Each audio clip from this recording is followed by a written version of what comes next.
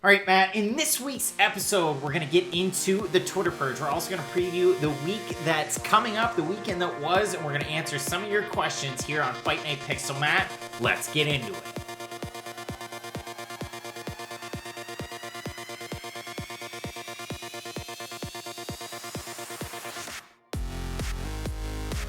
And welcome to another episode of This Week in MMA. As always, one half of your co-hosting duo, Craig Allen. You can find me on Twitter and Instagram at Craig Allen FNP. Matt, I'm feeling festive with the sweater. We can find you on Twitter and Instagram at Matt Allen FNP. And listen, I said it from the jump. We're going to preview the week that is the weekend that was in MMA. And let me just start off by saying this. The weekend that was incredibly dull. It was tough to watch, yeah. I mean, Charles Oliveira looked good, but other than that, I can barely name you a fight that stood out on that card. We will get into a full weekend recap of UFC Sao Paulo. We're also going to, like I said, preview the week that is. I threw a tweet out there. We're going to get that in the Twitter purge, but just see what people are feeling like for this weekend because, of course, like you can see next to us, you've got Bellator London.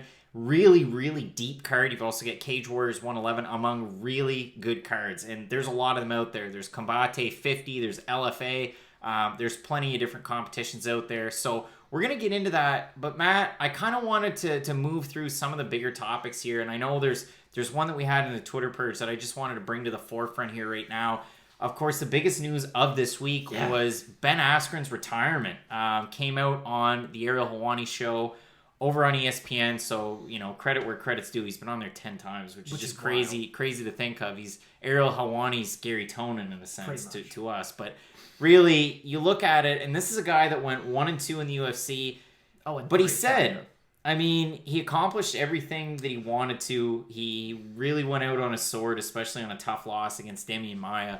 But how would you sum up his overall MMA career? Well, it's kind of wild because you see, of course, there's kind of a mix of reactions anytime anyone retires. There's people who think he was way better than he really was and people who want to discredit his whole career just based on his last two performances. But when you look at kind of the career and just life of Ben Askren, he did everything he ever wanted to. He just didn't get a gold medal or a UFC title. And if you did everything except those two goals, I mean, you accomplished so much in your life. It's kind of insane. And he only coaches one fighter, Macy Barbie. He talked about that on Ariel Helwani. He said he wasn't really interested in coaching. It just kind of her, and that was it. So it'd be really interesting what he does in the future. But he lost to the best grappler in MMA history and to probably one of those underrated fighters in MMA history. So there's no real shame in the performances that he had. I mean, the Robbie Lawler fight was insane for as long as it lasted. So even though his time in the cage was limited, and we didn't really get to see prime Ben Askren in the UFC. It was so much fun the last year because his name was in every headline almost every week. There was always something about Ben Askren, and it made for a really fun time. I mean, he was overall one of the bigger stars that the UFC had in the last 2 years, let's say. Exactly. Really, I mean, you had a perfect storm as well because you didn't have a Conor McGregor, and of course, when the rumors fly, they fly, and they dominate the headlines, but Ben Askren was able to overshadow International Fight Week this year. Yes, Jorge Masvidal put on a great performance, and I think where he said the most underrated fighter of all time. He's definitely in the forefront. No. But when you look at his career, other than people who have just jumped on the bandwagon these last 3 fights, like you don't realize he had a main event 4 years ago against Benson Henderson in South Korea. Like, he's been around for a really long time, but he never really got the credit that he deserved until that Ben Askren and Darren Till. Even with a win over Donald Cerrone, a lot of people forgot about it because he went away after some of those big fights. So when you really look, and a lot of people like to bring up who won the trade because it was so unprecedented at the time. There was never really a trade in MMA before. And we gave them Demetrius Johnson, and then one championship gave the UFC Ben Askren. And I think it really did turn out well for both teams when you look at it. A lot of people want to say that, of course, one championship won, but those people probably haven't even watched any of Demetrius' fights. If you look at it right now and you look from a ranking sense, I'm going to pick on the lightweight division easily. And I go on rankingmma.com. I talked about this a couple times this week, and the reason being, I like a different perspective. You know, you go by the UFC's rankings, they're all subjective. I know they're an amalgamation of a lot of different writers, but ranking MMA is kind of fun because what they do is next to it, they show the fights that these fighters have coming up. So it's pretty easy to say, you know, I think fighter A should fight fighter B. Yeah. So I go on there and I look at the lightweight division, and in their top 10 of all the different organizations, I believe number 5 is Timofey Nastyuk and number 6 is Eddie Alvarez. So there's a little bit of bias for some of these one championship fighters, and I get it, you know, former champ and the guy who beat the former UFC champ, but still, you look at it in terms of Demetrius Johnson, and he's still always on, you know, the pound-for-pound list. It could be ESPN's, it could be Ranking MMA, it could be Tapology. He's always going to be there in that top 10 until the skill level just ultimately diminishes. Honest? And this might be a controversial thing to say. I thought Henry won their second fight. I thought it was a very close fight, but I don't understand all this outrage of, oh, Demetrius never really lost. Well, he did. It was a competitive fight that could have gone either way. It was really close, but it's not like Henry didn't do well and didn't deserve a W at the end of that. So you can't say that Demetrius Johnson is still pound for pound number 1, number 2, or number 3. The point that I'm getting at, though, yeah, one championship has quality fighters, and, you know, there might be a little bit of bias here, a little bit there, but still, you wouldn't have those people in the top 10s in the pound for pound list if they weren't that good. But you look at Ben Askren, look at it for overall just traffic and numbers, social media numbers, video views, what have you. You go on Google Trends, you can type this in, it's public knowledge. If you type in Ben Askren and then you pick a couple of fighters above him in the UFC's official rankings, just punch them in on Google Trends and see who trends higher. It's not even close. I tried Rafael dos Anjos and I tried Leon Edwards. Not even... The way that Google Trends works, I've never been on there. Like, I get it. I'm on there all the time. The guys on Between the Links over in the Loudmouth MMA podcast network know that I love to bring up these numbers. But it goes out of 100. It's an amalgamation of, like I said, video views, social media traffic, Google search traffic, what have you. Ben Askren's top of the pops at 100, and it was for International Fight Week. Even though he lost, that doesn't matter. People were searching for him. You look at Dos Anjos and you look at Leon Edwards, maybe the top for them is like 22 to 16 out of 100. So Ben Askren totally dominating, and he went 1-2. But the thing is, he went 1-2 in the UFC against ranked opponents. Really, really tough competition. And it was later in his career as well. And he brought this up on Ariel Helwani. After a long enough layoff. Exactly. He had said that if I went into the UFC earlier, I wouldn't have got the push that I got. And I probably wouldn't have been as ready for it. So even though I was athletically in my prime, I probably wasn't ready for that. But later on in my career, even though I wasn't athletically in my prime, I got a much bigger push from the UFC. I got placed into positions I never thought I'd be in, and I got that push a little bit more. So it's kind of a double-edged sword when you ask about, oh, did he come into the UFC too late? Well, the one thing I want to say, and you bring up a really good point here, is the fact that if Ben Askren came in his athletic prime, when he was, defending the title over in Bellator, when he's fighting the Douglas Limas and the Andrei Koreshkovs, mind you, early on in their career, but still, he was dominating. He was winning fights. This is a guy that came into the UFC undefeated with the 1-0 contest. If he came into the UFC at that point in 2012, time, you'd be lumped in with the Jake Shields and the Jake Shields and the John Fitches. He'd have to beat George St. Pierre for the title at that time, and that would never happen. Exactly, but the John Fitches and the Jake Shields, it's very much a lame prey type of offense. I don't agree, just for this fact.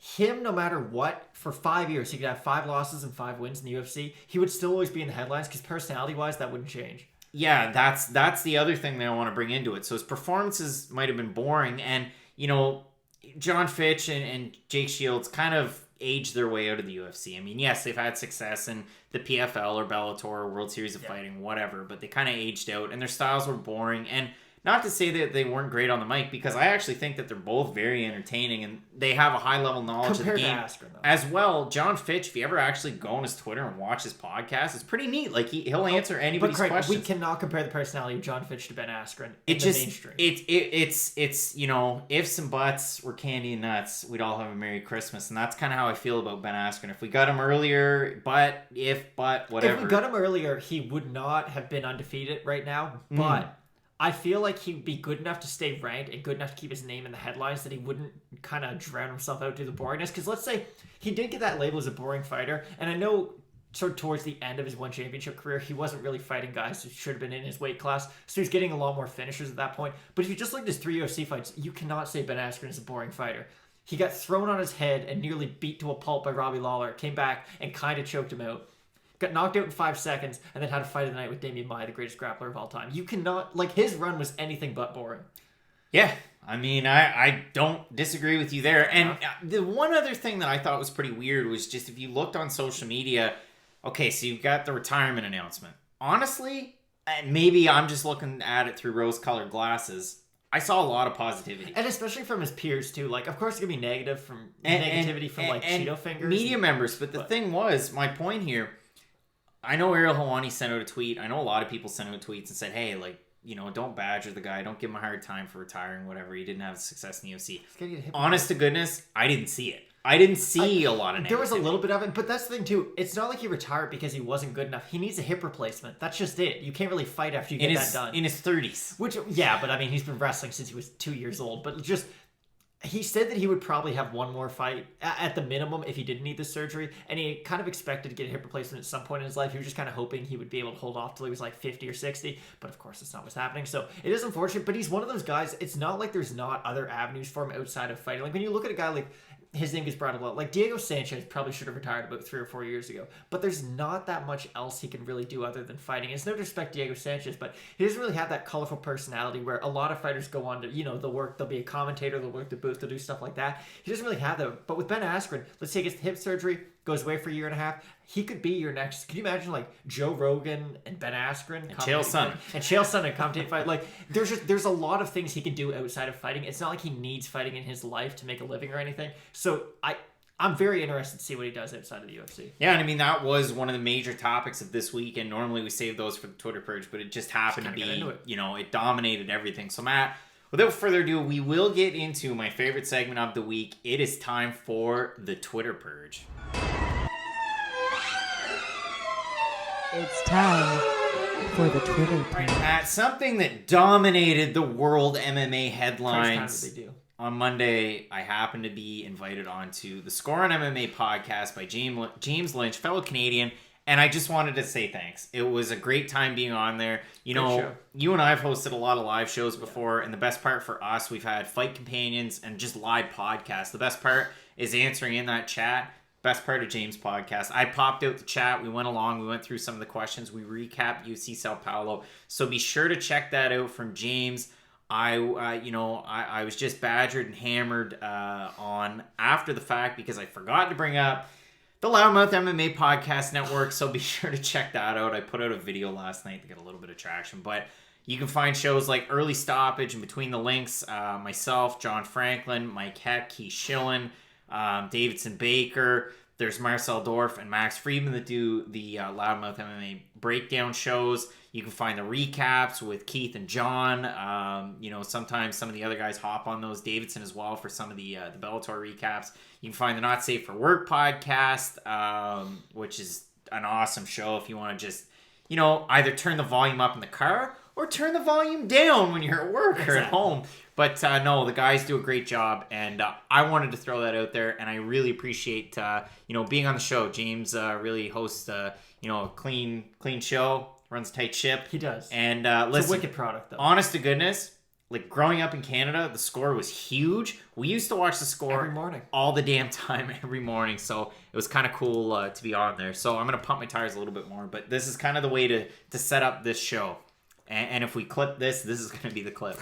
So I threw out a tweet yesterday and I said, all right, it's a busy week in MMA. There's a lot of cards coming up, and we'll go through those because there's some cards coming up this week that maybe there's 1 or 2 fights on there that you're going to want to see. But the 2 bigger ones, Cage Warriors 111, you have 3 title fights. Bellator London, no title fights, but a lot of really good fights.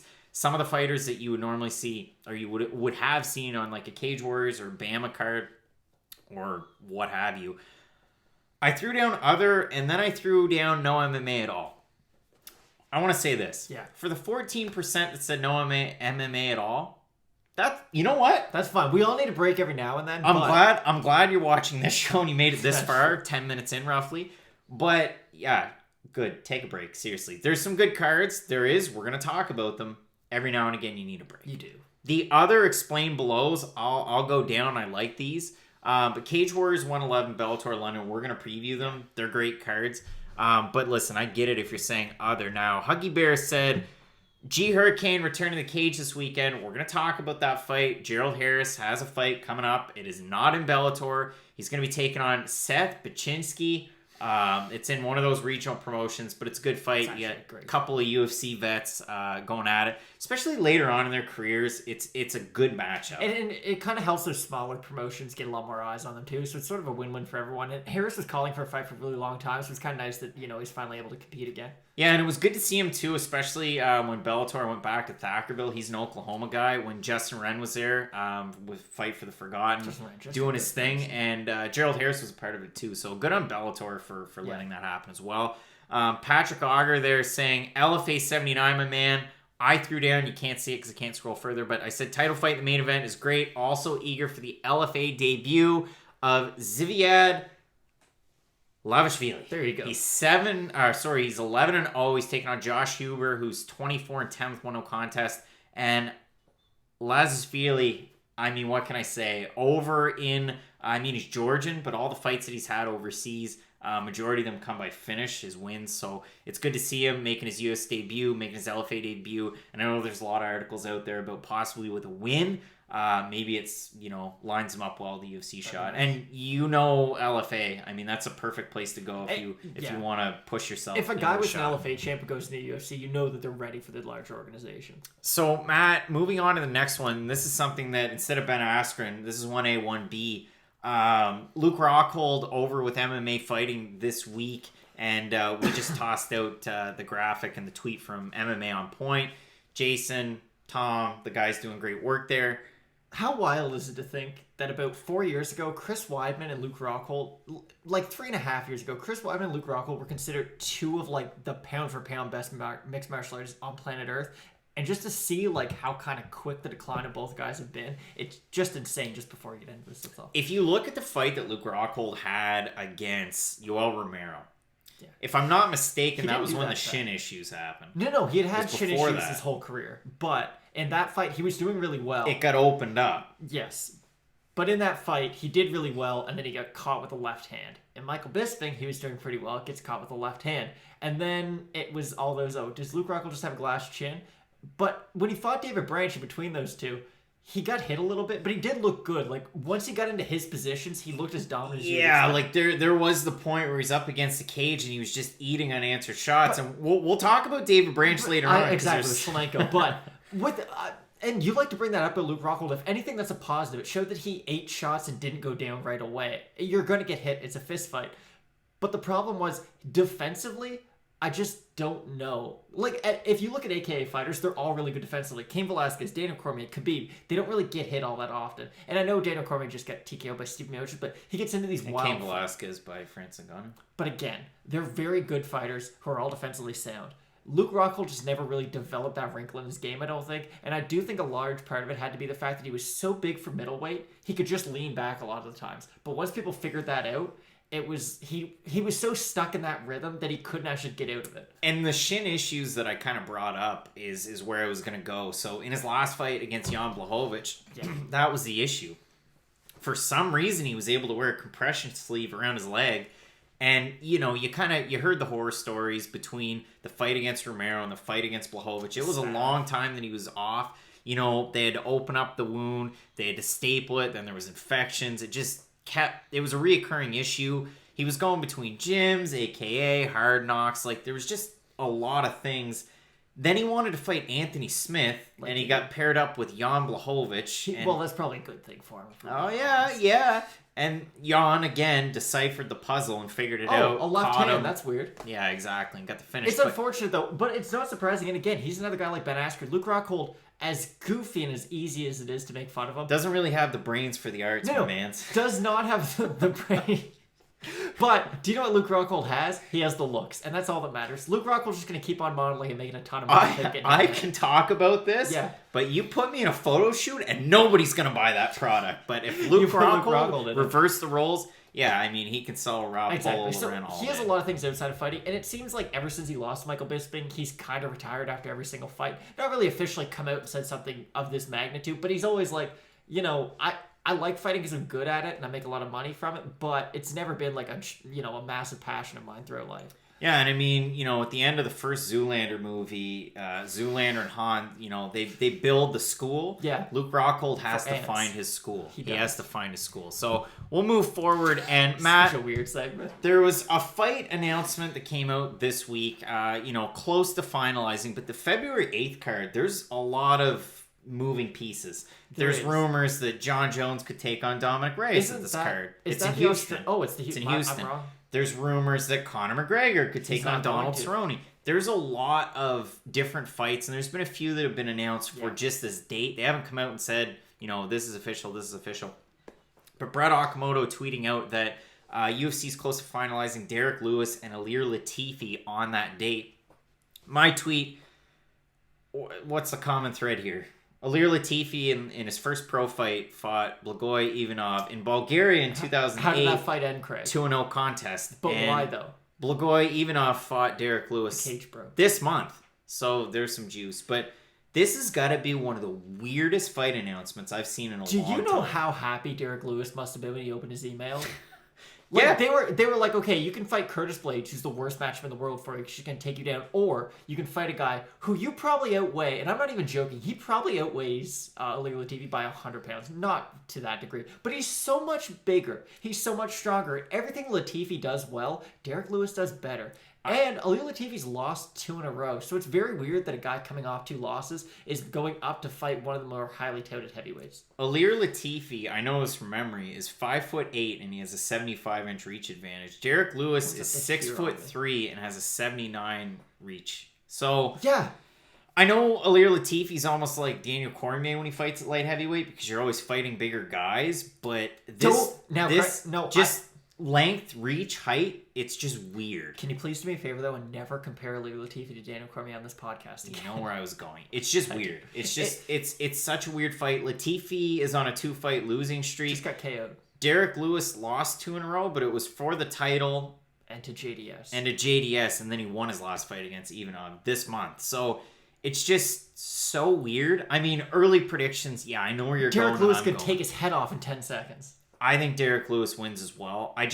The one thing I want to say, Blagoy, when was the last time you saw Blagoy use any sambo at all? We saw the fight go to the ground a little bit. Yeah, and we saw it against Tuivasa. But not to a... You have to think Latifi's going to go in early and either look for the takedown or clinch.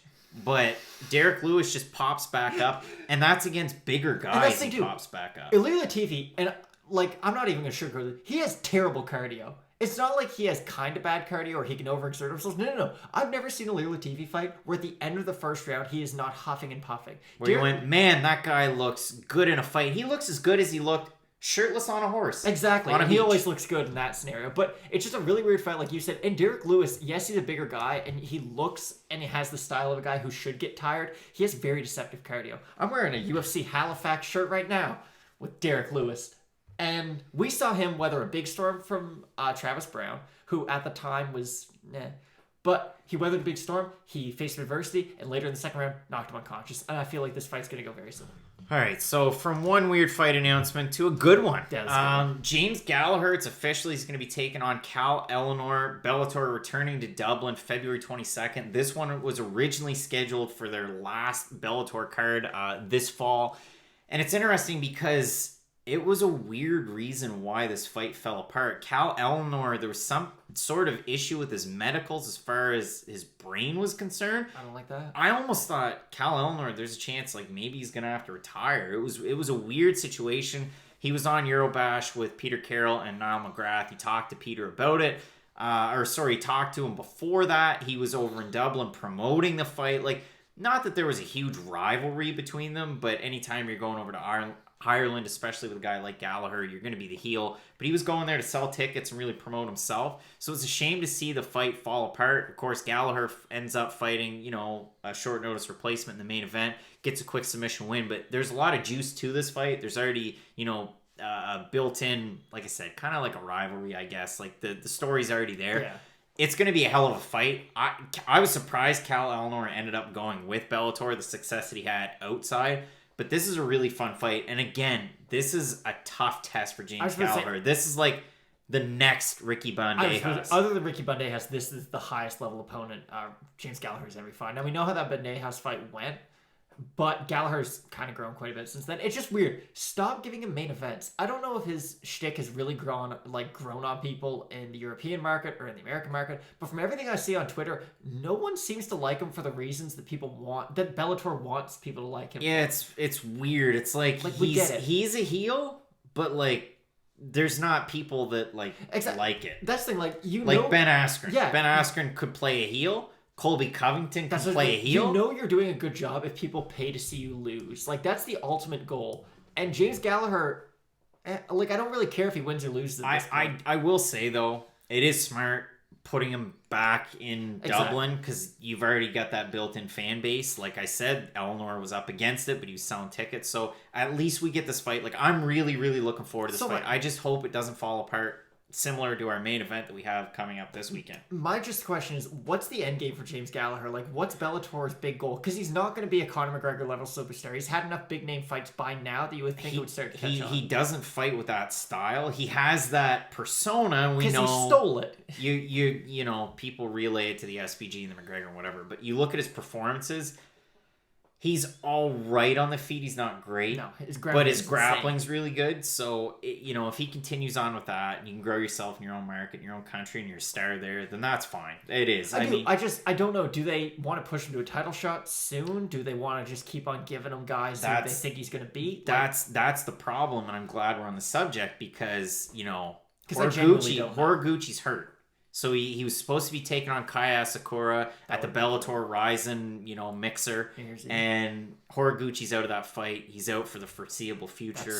If I'm not mistaken, it was an ACL injury. He's out for at least 9 months. He's out for 6 to 9 months. So there you go. There's your division. Your former champion, Darren Caldwell, is booked in the featherweight Grand Prix. And he can barely make that weight anymore. Who else do you have at 35-45? You got Higo, you got Dantas, you got Gallagher, you got Ellenor. I mean, unless Pitbull keeps on saying he can move down. I know he's got to finish up with this tournament, but that's impossible. You could do Juan Archuleta. He can move down. He's kind of done with the tournament. Just came off a loss. But if we're being completely honest, Juan Archuleta beats James Gallagher so badly. James Gallagher would not be able to fight for at least 6 months. It's weird. At 35, it's weird, but putting him in a main event, I kind of disagree. I think it's a good spot for him. I do too. I don't know what Bellator's end game is with him. That's all. Yeah, it's going to be interesting to see, especially with the card this weekend, and I know we're going to talk about it more in our recap and our preview. It's on the Bellator app. Yeah, it's kind of a weird way. And I'm sure there's going to be details that come out, just like with the Bellator odds. You don't get them until like the day just before. There's 3 fights that we have odds for, and we'll talk about them. But it's just weird. Like, figure it out. And one other thing that we could have put up here. So Bellator 243, 4 over in Israel happened on a Thursday. Showed it on a Friday. Has the best ratings that Bellator's had in 4 months, which weirds me out because you had McDonald Lima, which was a huge fight on a really good card. You've had Machida fighting Sun, and like you've had that Machida fighting Gallagher. Or sorry, that's what I meant to say. You've had bigger fights recently.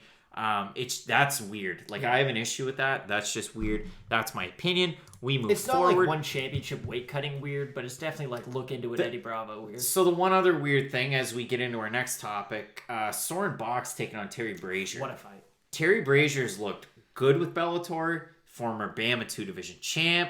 He beat Reese McKee, who's a superstar for Cage Wars, who's your next UFC guy. Soren Bok beat Paddy Pimblett.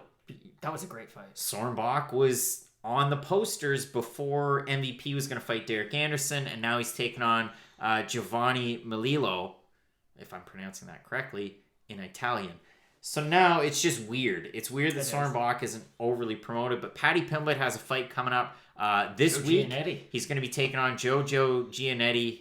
He beats him so badly. I'm sorry, Jojo, if you're watching, but Paddy Pimblett's going to choke you out. The thing with Paddy Pimblett, though, he talked to Peter Carroll, who just got over to London for Bellator London because he's one of the hardest working guys out he's there. Always on the go. And apparently Paddy, if the UFC calls, he's going to take that phone call. I've seen Paddy in UFC kit firsthand. It's a great match. 2 feet in front of me because he was in the corner of Chris Fishgold and Moncton. But yeah, I think he goes into the UFC. Give him anybody. Like, okay, let's calm down. And like, don't by give him anybody, like Paul Felder, but no, I mean like at 55, give him anybody. I want to say give him like a Charles Oliveira. But I think that's way too hard as his first fight. I mean, give him like... Give him like a David Tamor. Give him a Marcia Casey. Like some really exciting kind of up-and-comer that you can put him against. Because he's only in exciting fights. This could be... And I don't think I'm overstating it. Because he's a huge star with Cage Warriors. Now remember, he lost Thorn back not that long ago. And that... Yeah. But still. Put him on a card with Darren Till. Oh my And these guys will sell the hell out of it. Like, you know, England... the UK, Could you imagine if in Europe? if in like a year and a half's time, Paddy Pimblett goes on a run in the UFC, and we can get a headline card by Israel Adesanya versus Darren Till and Dan Hooker versus Paddy Pimblett? That's the ideal scenario for the UFC. I mean, put that on the marquee. Put it That's on the such bill. like if that could somehow come to fruition, that would be such an amazing card and just the best atmosphere ever. Well, I mean, Matt, I'm really interested in this because to me, Sornbach and Paddy Pimblett were like my, you want to put the jetpack on them and ride the train, and you don't ride jetpacks and trains, but just follow it into success in the UFC wherever. And I say UFC because I mean UFC. And they missed out with Bach, especially with the Copenhagen card that they had recently. And now Bellator is kind of flubbing it, putting him up against a really tough test in Terry Brazier. But yeah, hopefully if Pimblett beats Giannetti, and good on Giannetti for taking the fight on short notice. That's not an easy one. It's a hard fight to take.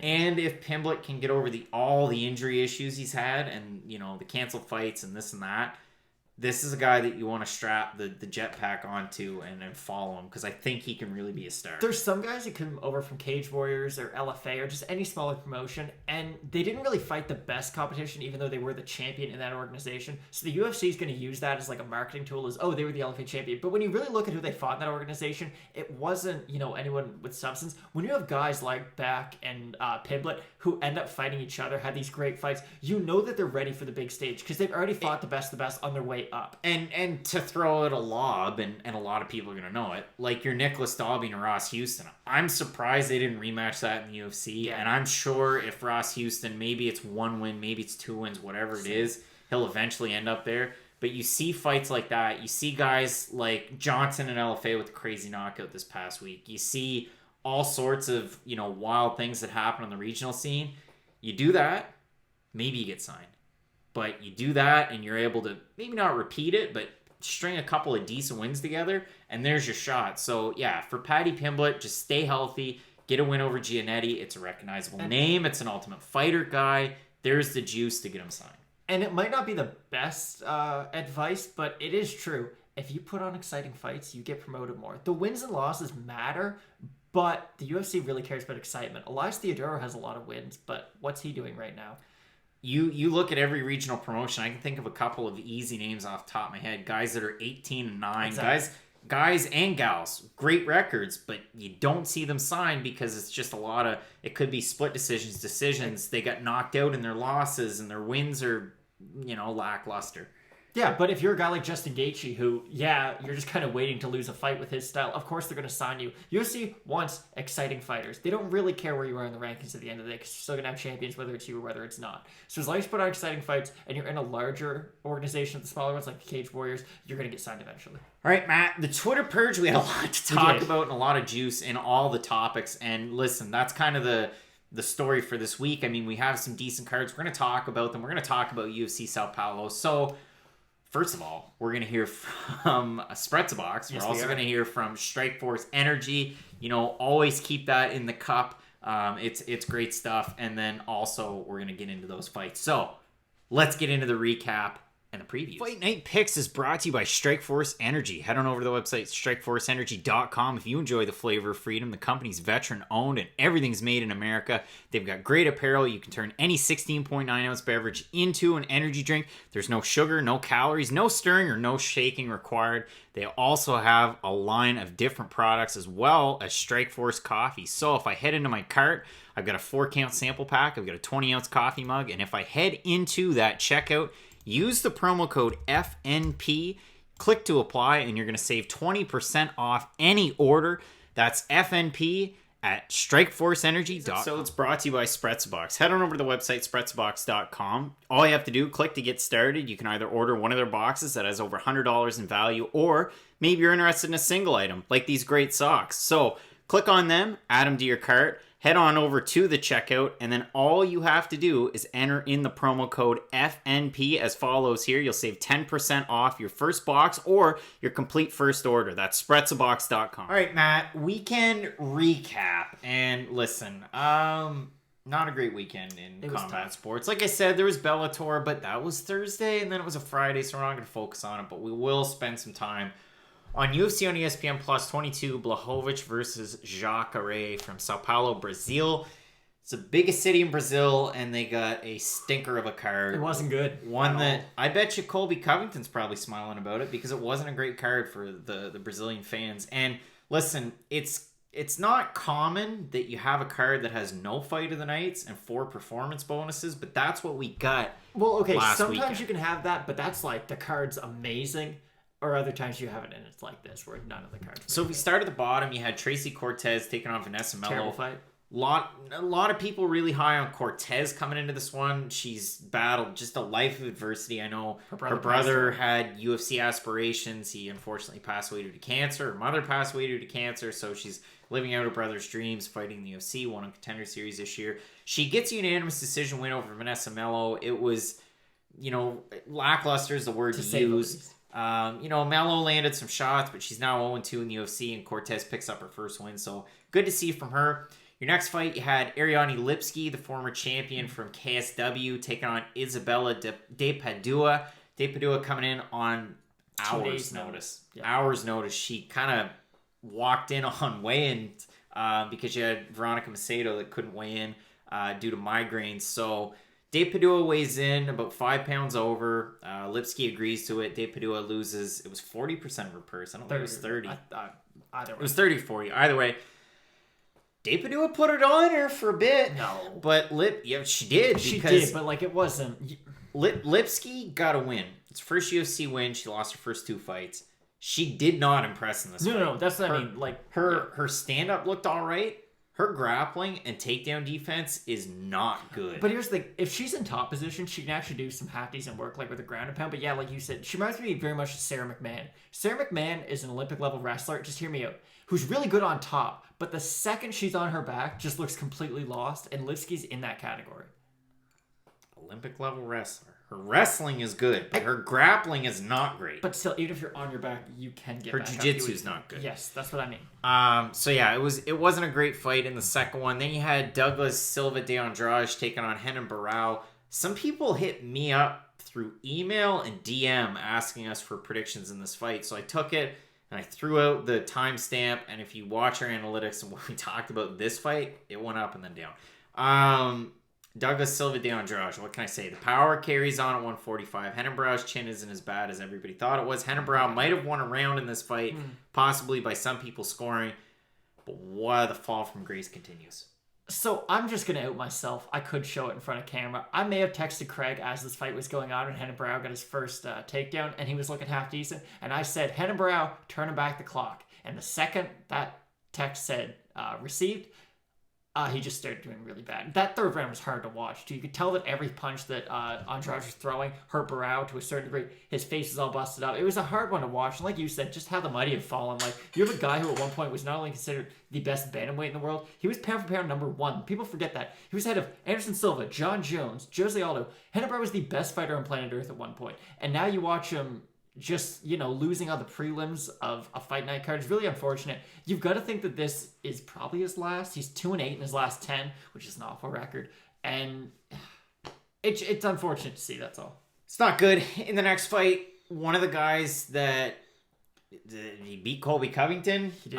When he's on, and he looks like he could go on a run and beat any... I'm serious. He could beat any welterweight when he looks good. Okay, that's a little far, but yes, there's such a big drop-off between some Warlley Alves performances. Sometimes he goes out there and looks like he can be a top 5 talent, and then other times he goes out there and he just doesn't do much.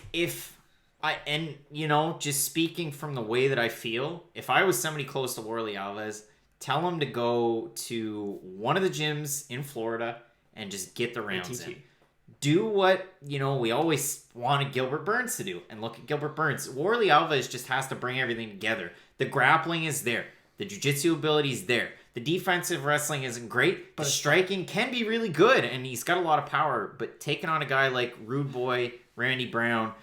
he's gritty, and he's going to last, and that's what he did here. But you don't really know him for doing triangles off his back to a guy who's black belt in jiu-jitsu. Here's the thing. Warlley Alves, between that first and second round, I think he was either hurt or there's something going on with Warlley Alves, because there was a noticeable difference where they got up at the end of the second round, and Warlley's walking back. He just looked completely disinterested in fighting from that point on. I don't know about Alves, but Sergio Moraes, but we'll get into that later on. But Warley Alves should never be triangled by Randy Brown, who just kind of fell down. Like, that's the thing. Warley Alves should not get submitted by that.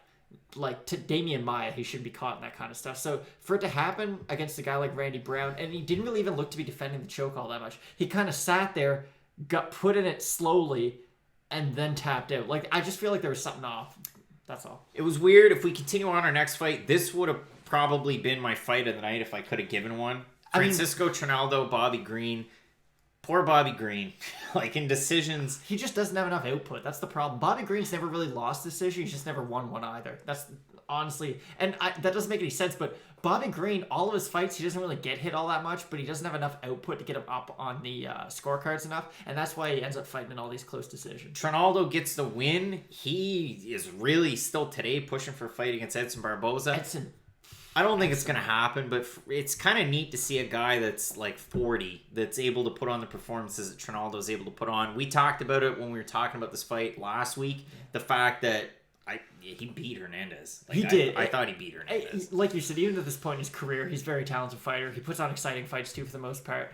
Your next fight, you had Ricardo Ramos taking on Eduardo Garagori. I said maybe Garagori's got power, and he really surprised me in his UFC debut. Ramos just showed us, like, again, why he's so good. He cuts him like a hot knife through. Another great win. You have to expect a bigger step up in competition. Good job, especially moving from 35 to 45. Exactly. The power just carried on and seems to have gone up a little bit. Your next fight, again, this was just a weird fight. James Krause right now is on a 6-fight win streak. Which is wild. If you don't count the 2-1 stint on The Ultimate Fighter. He's underrated. It was a question that we talked about in between the links. Is he the most underrated fighter in the UFC? I said Claudio Silva. No. And Santos. Santos was the other one that I picked. But James Krause is putting on good performances against decent competition for Moraes. 3-fight losing streak. He's been finished in these fights, and he looked hurt and disinterested. And I know I'll look it up as we talk about it, but he's got a lengthy medical suspension right now. This was just a weird fight. Here's the cool thing about James Krause. I want to focus on the positive first. James Krause doesn't even need to fight. He doesn't even want to fight half the time. He's like, no, I'm just good at it, and I make some extra money, but I've got a successful gym, and I coach a lot of other fighters, so, like, fighting's not something I need to do. And I feel like, do you remember when Mike Brown was at the end of his career, and he was cornering, you'd see him in a fighter's corner every other weekend, and then he'd come out and fight? I feel like James Krause is going to fall into that category. Like, in 5 years, we're going to be like, do you remember when James Krause used to fight? Because currently he's one of the best coaches in the world. He's got a lot of fighters under the UFC staple. Like I said, any other weekend that you watch a James Krause fight, he's probably in someone's corner. And all his fighters are doing quite well. So, really good win for him. But like you said with Moraes, it's just weird. Like, he's one of those guys, he's very inconsistent. At his best, he looks really good. And at his worst, he looks awful. He's one of those, like, IBJJF, ADCC type of guys. He did get choked out by Gilbert Burns, though, in his last... Yeah, but I mean, he's that good at jiu-jitsu. He's older. He's in his late 30s. And to be clear, suspended 180 days or until cleared by a neurologist. Also suspended 60 days with no contact for 45 days. So, interesting stuff there, but...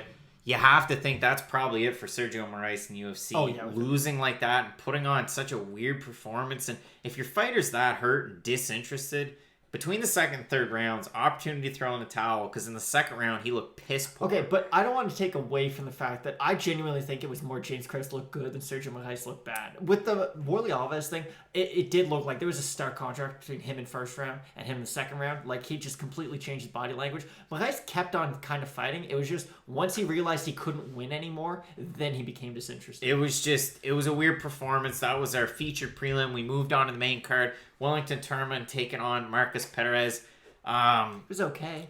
It was a good fight. Yeah, like, and Turman put on a good performance. So you can focus on that. For Perez, he doesn't look like the guy that came into the UFC. He doesn't beat good competition. I mean, he has already wins when we previewed it. He has good wins, but, like, you put on a performance like that, the only thing people are going to remember the Joker makeup from before the fight, and they're not going to think of the performance he put on there, which wasn't great. they're not even going to think about this fight. That's what I mean.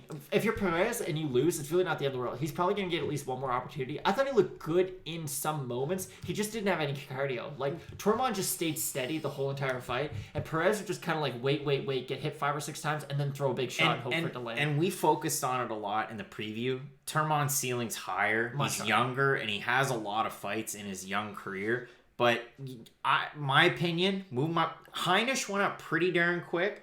He fought every other month, though. Yeah, move him up slow. But Tormon could be I'm serious. They're looking for Brazilian stars. He could be one of those guys. I don't think so. He has put on good performances. The split loss to Carl Robeson in his debut, and then a good win against Marcus Perez. Just continue building him up. I just think the sample size is so small at this point, especially in the UFC, to even think that he could be a large Brazilian star for them. Take it slow. Take it slow is my point. And you want to talk about Brazilian stars, you're not going to get one out of your next fight because you had 2 Brazilians. You did. Antonio Arroyo taking on Andre Muniz. This is one of those fights that nobody's ever going to remember unless you're friends and family of Andre Muniz or Antonio Arroyo. Neither one of these guys have anything of a ceiling in the UFC. Muniz has 23 pro fights. Did Muniz take all of your money? He's a submission type of guy. Antonio Arroyo, 9-3. We talked about him in the preview, replicating Thiago Santos. Andre Muniz trains with Thiago Santos, so you knew what to expect. He gets a decision here, but it's a forgettable fight. And you put either of these guys against high-level competition, it's just not going to happen. I could not agree more. Very fight, not much to it. Like we said, you can really say that about the whole card. Like, there were a lot of fights like that where after the week, you're on to the next thing. You're going to completely forget they ever happened. But in the next fight, we have something to talk about. Charles Oliveira, Jared Gordon was one of the worst matchups I've seen in a long time. Jared Gordon said that he wanted to come out as, the Rocky underdog and get a win. I'm the biggest underdog on the card. I'm going to go out there and get a win. And Charles Oliveira just decided to take that knob where his power is and just break it. Put it to 100. He gets a first-round knockout. His striking of late has looked amazing. I'm going to click on him here. The performances have been great. 6 wins in a row, 6 by finish.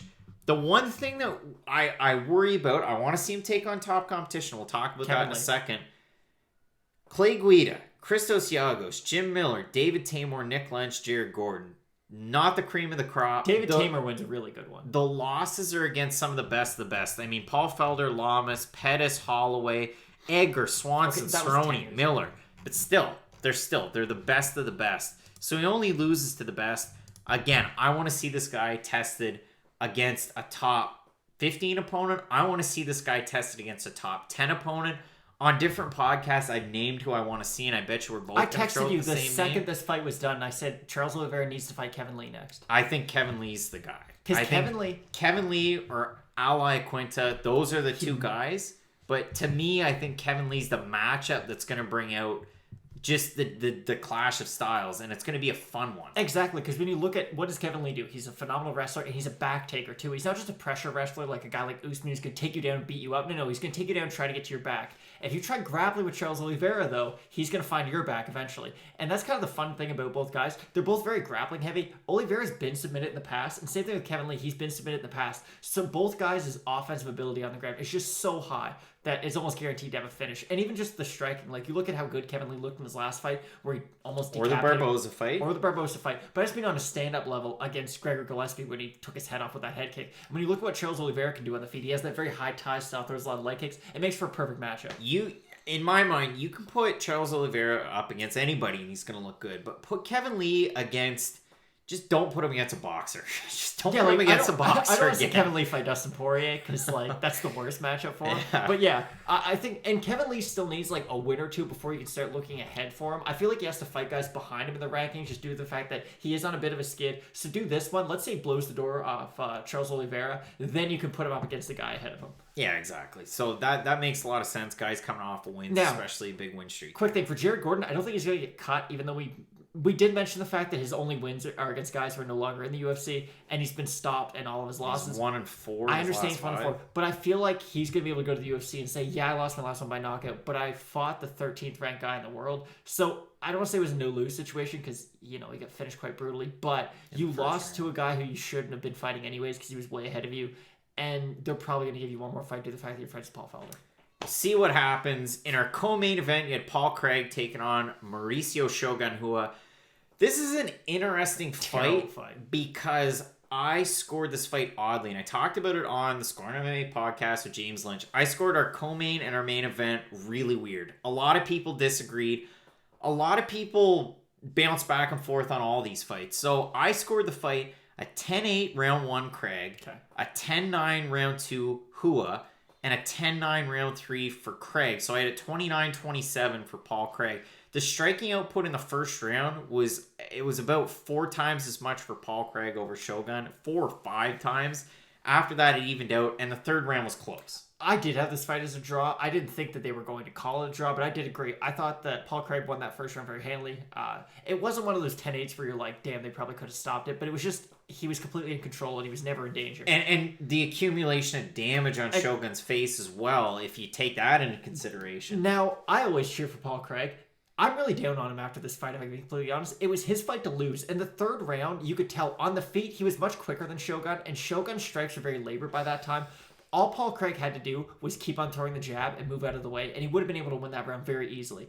But instead, he decides to do what Paul Craig does, and that's pull guard. And I know you got to do what got you to the dance, but you're probably not going to submit Shogun off your back, especially if you had about 7 minutes up until that point on the ground to do it. And he didn't really get close with anything up until that point. All he had to do was keep the fight standing, and he decided to pull guard and be on his back for the last 2 minutes of the fight. So a very frustrating fight to watch, because you know that in your heart of hearts, Paul Craig definitely should have won this fight. He had all the opportunities in the world to win this fight. Which a lot of people disagree, because he was a plus 225, plus that. 250 underdog. But while you're watching the fight, you could definitely understand, okay, Paul Craig's teeing off on Shogun on the feet. He had him up against the cage. He was beating the brakes off him. He was beating him in every area of the fight, except for when Shogun was on top of him in his guard, and he decided to go to that And position. in those striking positions, one would think, and a lot of people had said, Shogun's going to have an advantage there. And that's what I thought too, but we saw the fight definitely didn't play out how I thought it was going to go. And, keep retirement talk aside for Shogun, do you think that a rematch is likely? I know they've talked about maybe having another card in Glasgow. Maybe you have a Scottish card with Calderwood and Stevie Ray and Paul Craig. Do you think maybe this could co-main event? Do you think it would happen? Okay. You rarely see rematch. Exactly, especially after a terrible fight like that. This is, okay. Edson Barbosa and Paul Felder have fought twice. They've had 2 really close fights, and they've had 2 fight of the night caliber fights. Paul Felder said, I'll give Edson Barbosa another fight, but it has to be the main event. Now, if it's a case like that, where those 2 guys, you're like, oh, they're going to give each other concussions, and everyone's going to cheer. You can do that a third time or a second time. This you can't. It was a terrible fight, and it just showed that Shogun's definitely not what he used to be. He's not even really in that gatekeeper role anymore, and that Paul Craig needs to do something different in his training. Whether it's a confidence thing, whether I don't know what it is, you can't pull guard in a fight that you're winning when you know you can't submit the guy with 2 minutes left. It just doesn't make any sense. And you know that unless you get that submission in those last 2 minutes, all that time on top counts for a win by Shogun. That's all time in his favor. So it was just a really weird performance. It was unfortunate. And the co-main and main event might be top 3 worst UFC fights just back to back in a very long time. Yeah, so in our main event, you had Jan Blachowicz taking on Jacare Souza. Odds actually closed in pretty close. In favor of Souza, they went closer his way. So this is a weird fight. It was a split decision win for Blachowicz. There was some 48-47s. There was a 49-46. This is where I went a little weird. Just a bunch of 10-10s. I had it. Yeah, I could see a 10-10. After 3 rounds, I saw a lot of 30-27s for Jacare. So did I, but I didn't agree with them. I had it 30-27 Blachowicz. Oh, I didn't. And then and go back and watch it, but rounds 3, 4, and 5. Don't do that to yourself. Rounds 3, 4, and 5, a lot of people scored for Blachowicz. Yeah. So in that, I had a 50-45 for Jan Blachowicz. And I didn't think it was, out of the realm of possibility. And the one thing I want to say, a lot of people in rounds 1 and 2 for sure. Round 3 was closer, but rounds 1 and 2, a lot of people took octagon control and the push and the forward pressure and octagon control of Jacare Souza. But if you look at the unified MMA rules, that's really low on the totem pole. But not much happened in those rounds, so you have to take that into consideration at a certain point. To me, it was, you look at the striking outputs in the first 3 rounds, Jan Blachowicz won in those categories by a large margin. But this is the problem when you can't really look at the stats. I do agree with you, and I thought Jan won round 3, 4, and 5. I did think Jacare won round 1 and 2, if I'm being completely honest. And I was surprised that this went to a split decision, because I thought, like many people thought, Jacare is the only Brazilian who, when it comes to a close decision, can't win in Brazil. Kelvin Gastelum, split decision loss. Jan Blachowicz, split decision loss. Very odd, but I thought that Jacare won the first 2 rounds. This is why. I thought, like you said, he did push the pressure. He was the one engaging in everything. Even if Jan was landing 2 shots to every one that Jacare was landing, Jacare was the one initiating that exchange in the first place. And even though it's not the best argument, just because I'm saying it doesn't mean that it's right, but what if Jacare's punches should count for at least 2 of Jan's jabs? If you jab me twice, but I hit you with an overhand right, I'm pretty sure I did more damage to you. So I understand that might not be the ideal way to judge a fight. And I might be talking out of my ass right now, but I do think Jacare has a claim to winning this fight. I thought it was an awful main event, though, and if you're trying to get a title shot, this is not the way to do it. So there's a couple things to try and break down here, and that's a reason why we do the review, even if it was a bad week. There's a lot of different things to dissect here. So you're assuming that John Jones is going to take on Dominic Reyes, whether it's in January or February, in one the of the recent 2. future, yeah. Yeah, exactly. The near future. Near future. Jan Blachowicz most likely going to have to take on somebody in order to move forward. Anthony Smith, and I would say Thiago Santos, the likely guy. Santos is out there hitting the heavy bag. KO'd him, though, so you can't do that fight right away because you just beat him. I said that on Between the Links. I did not regret saying it, even though maybe I actually did forget about that fight, that it actually happened, and that stuff happens. Yeah, but you know what? It's not like that fight wasn't really close. I found my hill. I was ready to die on it, and I just dug my heels in and kept my argument going. I think what they're going to end up doing is you're going to have to do Dominic Reyes versus John Jones, depending on how healthy Thiago Santos is, because I know he is starting to get back into training. He looks to be in phenomenal shape. Like, I don't know how he's as big as he is, but you have to do Thiago Santos versus Corey Anderson, I think, and then you do Anthony Smith versus Jan Blachowicz. And the fight that I see being likely for Jacare Souza, there's 2 fights. One of them won't happen. One of them might happen. Actually, I have 3. I have 3. Okay, you go and then I'll go. Ryan Spann. Oh, didn't see that coming. Good call. Ryan Spann. Devin Clark. No, that's never going to happen. He's too big of a name. No, then you're not going to like this one. What? Johnny Walker. Brazil and Brazil. That could happen because Johnny Walker's a big enough name and they're both coming off losses. Personally, I actually look ahead. I think if you lose such a close fight to a guy who is in that kind of title shot conversation, that you don't have to fight a guy who's so far behind you. I think he's going to fight the loser of Volkan versus Rakic. Versus Rakic, yeah. I couldn't think of who he's fighting, which is so embarrassing. I'm so excited for that fight. But, yeah, I think he's going to either fight the loser of that. Ilir Latifi moving up does kind of complicate things because you would think that that'd be kind of an ideal opponent for him. But here's the good thing. Light heavyweight's not the ghost town that it used to be. There are a lot of fun matchups on the horizon that you can do. Even if you want to do like Shogun versus Souza. Or and there's another one, and a lot of people throwing this out there. You could have Shogun just fight Sam Alvey. It was already supposed to happen. True. Or you throw Sam Alvey against Jacare Souza. There's a lot of moving pieces at light heavyweight, and there's not a lot of fights that are booked. The only real big fight that you can think of is the Rakic fight against Uzdemir. And possibly your title fight. You just don't know anything because it's not announced and set in stone. So there's a lot of different moving pieces, but you have to think a win would have meant more, of course, for Jacare Souza because he was ranked lower in the middleweight division than Blachowicz was ranked in the light heavyweight division. That makes sense, but I consider Jacare and Shogun to be somewhat in the same position, even though Jacare is still more competitive against the elite than Shogun is. They're in the legacy division, if you will. Wins and losses don't really matter at a certain point because you can kind of go off your resume. So the number next to your name doesn't really mean anything if you're a Shogun or if you're a Jacare. There's always going to be fun matchups for you to be in. The only question I have for you, and we'll leave this here after this one. So Jan Blachowicz continues to win. He's put on, he's what now, 7-1 or 6-1 in his last 7 or 8 fights. He's only lost to Thiago. Yeah, that's the only loss. Jacare, it's checkered of late. But he fought just killers. But he's fought the top guys. He was a Strikeforce middleweight champion. Shogun, yeah, you can say he can rest on his laurels. UFC champ, had a lot of success and pride. But for Jacare Souza, is this a future, and not, because the UFC would define it this way because they bought out Strikeforce, they bought out WC and Pride. Is he a Hall of Famer? He's an MMA Hall of Famer. He's not a UFC Hall of Famer. And I know there isn't an MMA Hall of Fame, so you can't really put him in there. But yes, if you look at the body of work that he's done, he's a martial arts Hall of Famer, not even MMA. You just have to take it, because I do consider all of his jiu-jitsu credentials have to be brought into account. His Strikeforce title, he was basically in the top 3 of the middleweight division for like 10 years. And even when he was outside of the UFC, people thought that he was the number 1 middleweight in the world. And when you look at the performances that he has put on the UFC, even when he came in, knocked out Yushin Okami, who was ranked like number 3 at the time, and he's always been in the top ever since.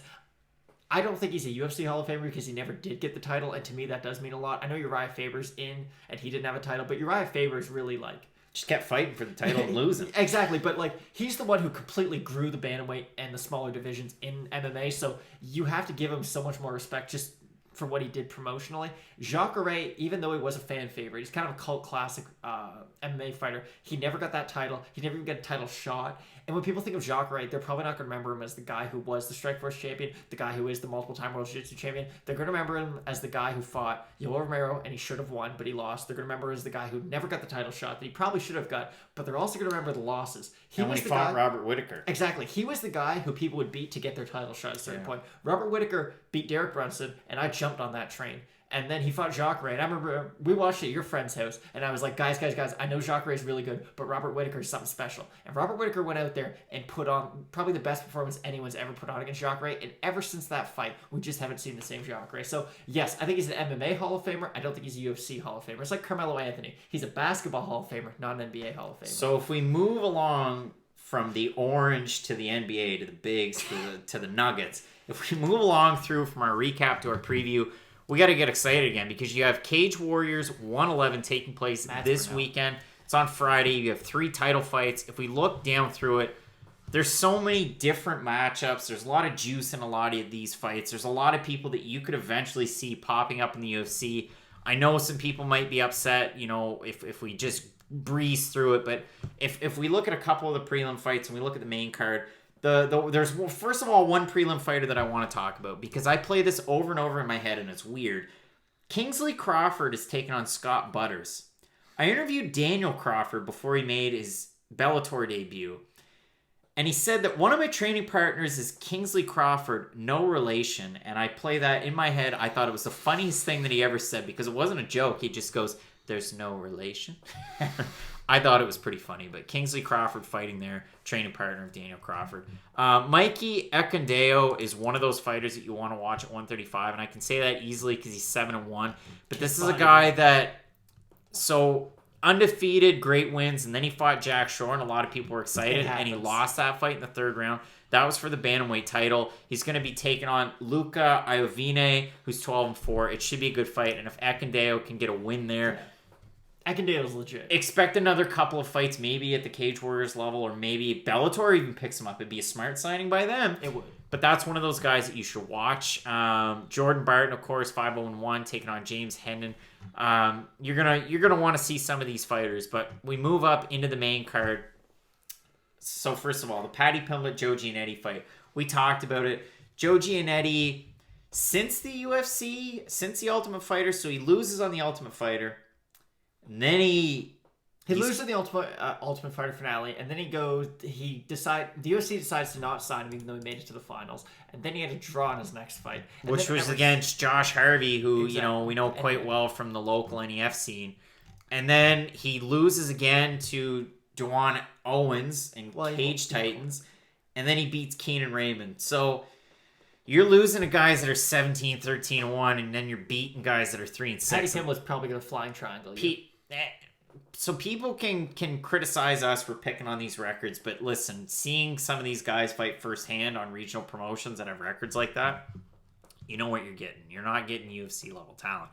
That's not to take anything away from Joe Giannetti because he fought to it, and that split against Mike Trezano was really close. Awful fight. We've seen Mike Trezano's a good fighter. He is. We know how good That was Mike... one of the worst fights I've ever watched, though. And the draw, a lot of people in attendance have said Josh Harvey won that fight. Yeah. Like, Josh Harvey won it. And you're fighting Paddy Pimblett, who the UFC's tried to sign, and he's one of the faces of Cage Warriors. Tried to sign him twice, exactly. And this is on about a week's notice. So, listen, first of all, props to Joe Giannetti for taking the fight. Elephant size. You lose, this is still a good thing for you. And for Paddy Pimblett, we talked about it. Now, if we move on, Jolinton Santos Luderbach, I talked about him before he fought Dricus Du Plessis, and that was Du Plessis' kind of comeback fight at KSW 50. But this is a guy that had wins over, as you can see, Craig White, Alex Oliveira, There's a lot of fighters moving down through this list. Another Alex Oliveira that you're going to recognize. But he's taken on a guy in Alex the Kid Lahore, who I've been pretty high on for a long time. We've been following along with him for a long time. He's one of the guys that would love to see MMA legalized in France, but fights against Terry Brazier, Ion Pascu, Tim Burnett, Nicholas Dalby. The list goes on and on and on of people that you recognize. Oh, Richard Keeley. You know that name because he fought MVP.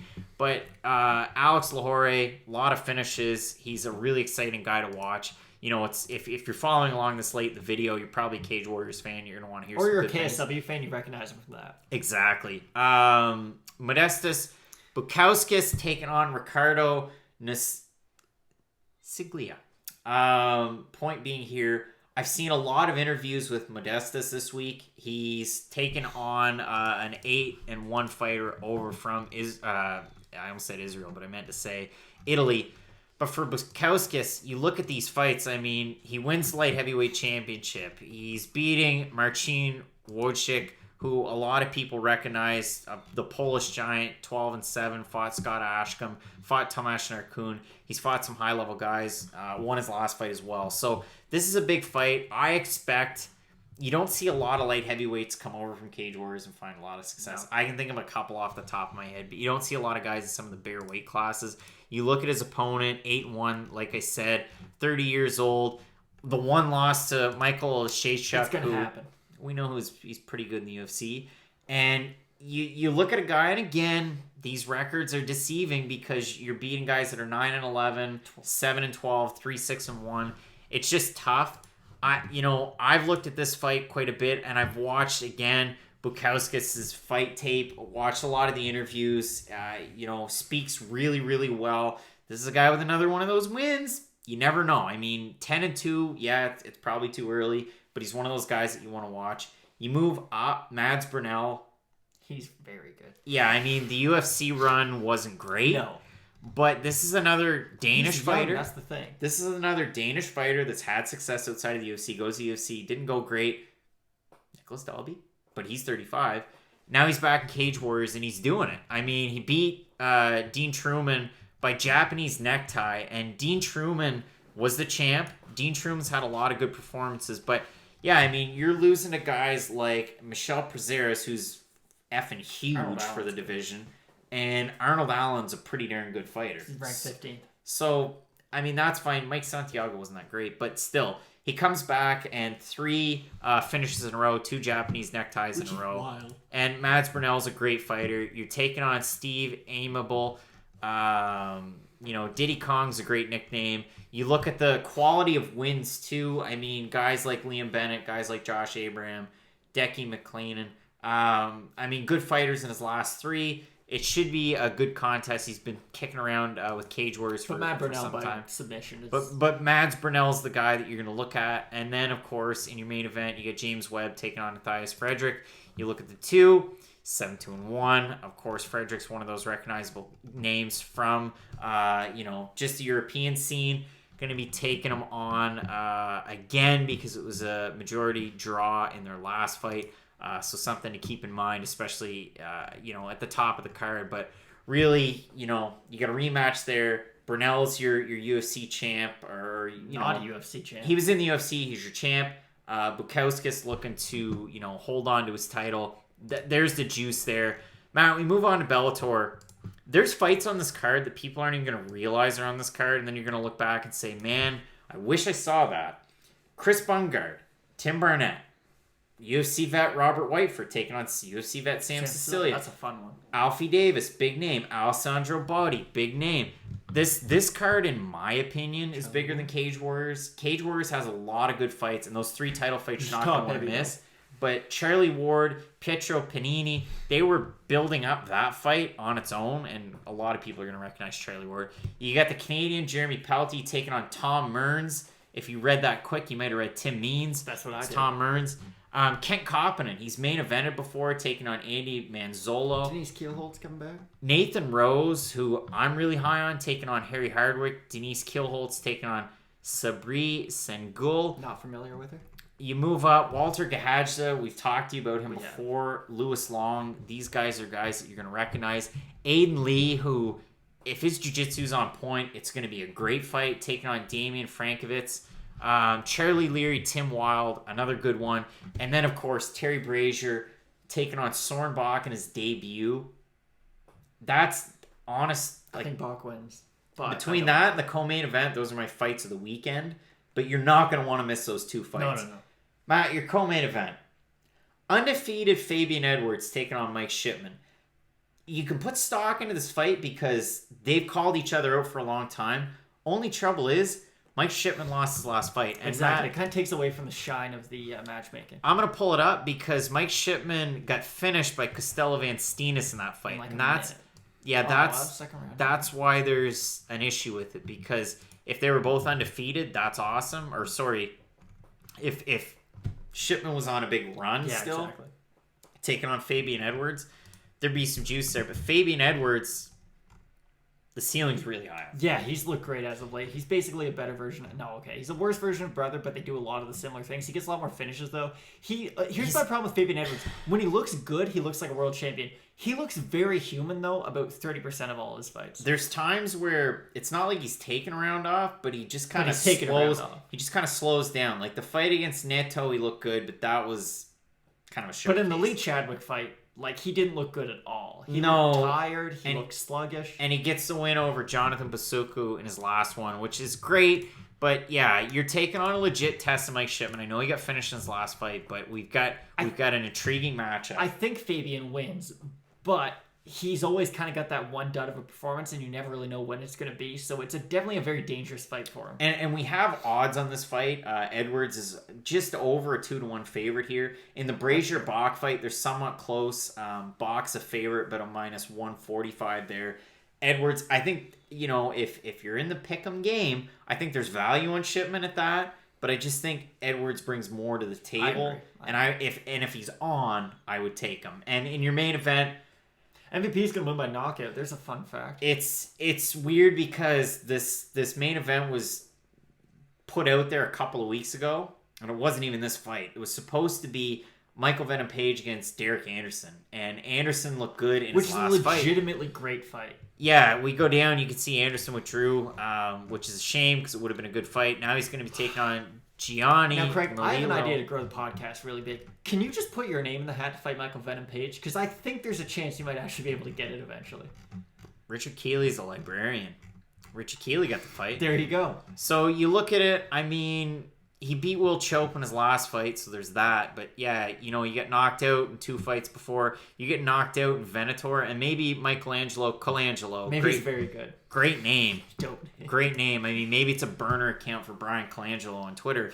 But still, it's just a tough one for MVP. MVP's going to spin about 9 times, and kick him in the head. It's going to be, it's not going to be what you want. So we move forward. This was why I put the tweet out there to see what people were thinking. Gerald Harris, Seth Bajinski. That's a good fight. It is. It's a good fight on a card coming at you from Newkirk, Oklahoma, but you got 2 former UFC names fighting on the same card. It's something that you can sell to the fans. It should be a fun one. And listen, I mean, Bajinski can get it down on the ground. Gerald Harris has great wrestling and a lot of power.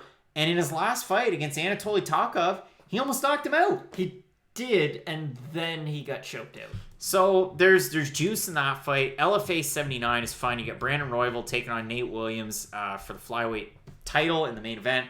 But really, I said it from the start, Ziviad Lazishvili taking on Josh Huber. That's where the money's at, because for your Georgian fighter, again, making his US debut, making his LFA debut, he's looking to skyrocket himself into a UFC contract. A lot of finishes on his record as well. For Josh Huber, he's been around the block. You can see that Tapology ranking there. You look down through the card, a lot of good fighters, as you would expect from an LFA card, and make sure, if you're going to follow along, if you're not going to watch it, just follow along on Twitter. Follow along on Twitter, look at the results. There's 2 fights over on the CFFC card. You've got the light heavyweight title on the line between Mike Biggie Rhodes taking on Najim Wali. A lot of people might recognize Mike Rhodes. He's had a lot of big fights in the past. But the fight that I'm interested in, it's listed as a cruiserweight fight here between William Knight and Tafon Nchukwi. There's a lot of intrigue in that fight because with William Knight, he had a finish win over in the Contender Series. He's had a finish since then.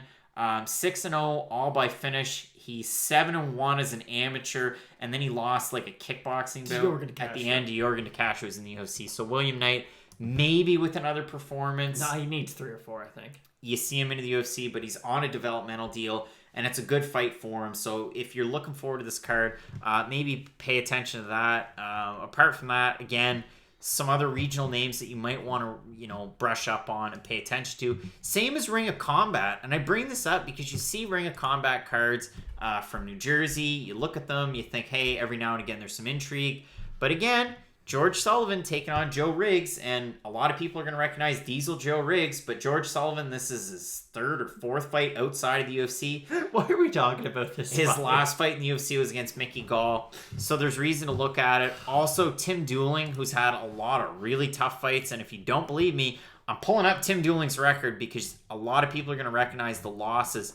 Guys like Bill Algeo, guys like Dennis Paiva, guys like Matt Bassett, Julio Arce. So you might look at some of these regional cards, look at some of these records and think, man, he's 8-6. What's the point, Craig? At featherweight, he's only lost to good fighters, the guys that have been on Contender Series. So there's my point. And Joseph Pfeiffer fighting for the 185-pound title is another one of those guys that you might want to watch.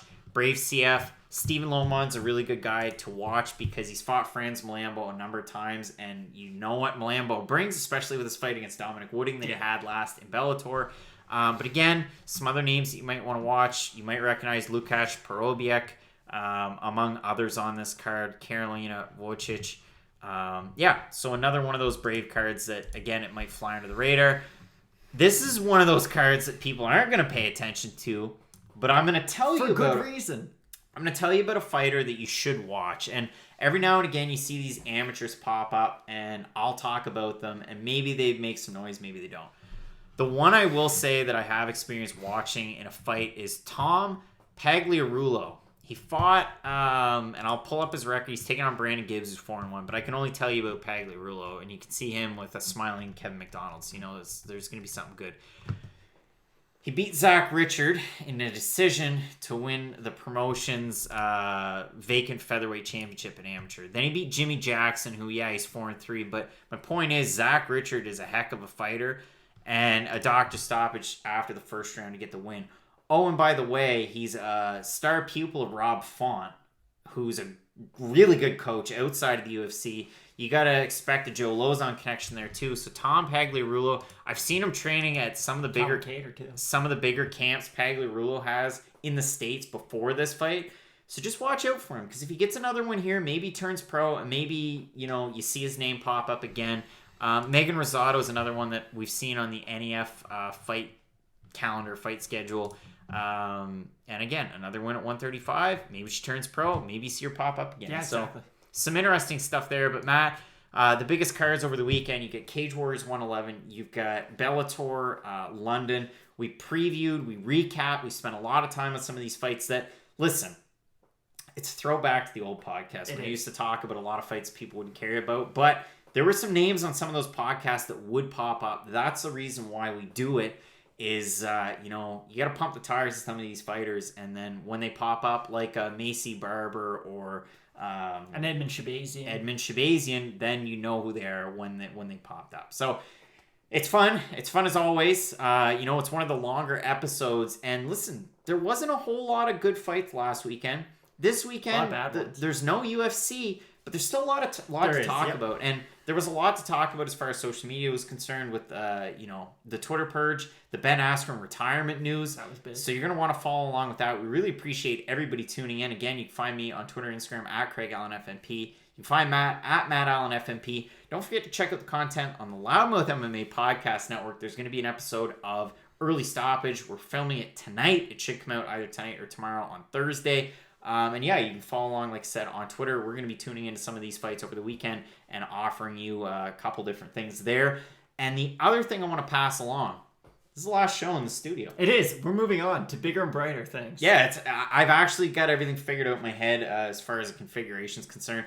It's going to be tighter quarters, but it's going to be neat, and the sound's going to be a lot better as well. Nice. So I'm looking forward to that. And our idea is also to pre-record some of our 2-minute predictions. So you're going to see a little bit of a different look and feel from Fight Night Picks in the coming weeks, but we have the luxury of a couple of weeks off before UFC Washington, and then 245. And we're really looking forward to those. Yeah, so you're not going to want to miss that. We really appreciate everybody tuning into This Week in MMA and look forward to those 2-minute fight predictions coming up here on YouTube. Let's get into it.